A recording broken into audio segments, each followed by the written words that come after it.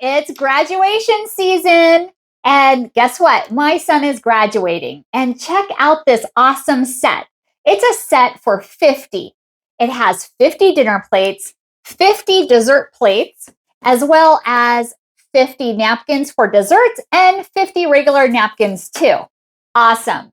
Plus, they also have 50 cups. Perfect. And also look at this decoration. There's a Congrats Grad banner, plus a bunch of these.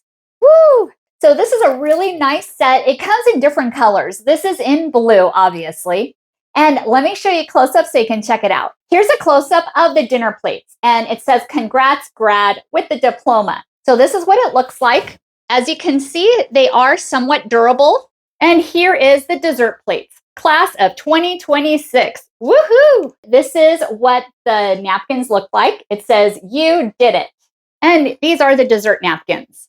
And here are the cups, and it says Congrats Grad with the same motif. Here are the swirlies. So some of them are just swirls like this, and then some of them have paper like that. So here's diploma, here says caps off, way to go, and so on. So these are what they look like hung up. Now, as you can see, we made some shorter and some longer. And the banner says Congrats Grad. So festive.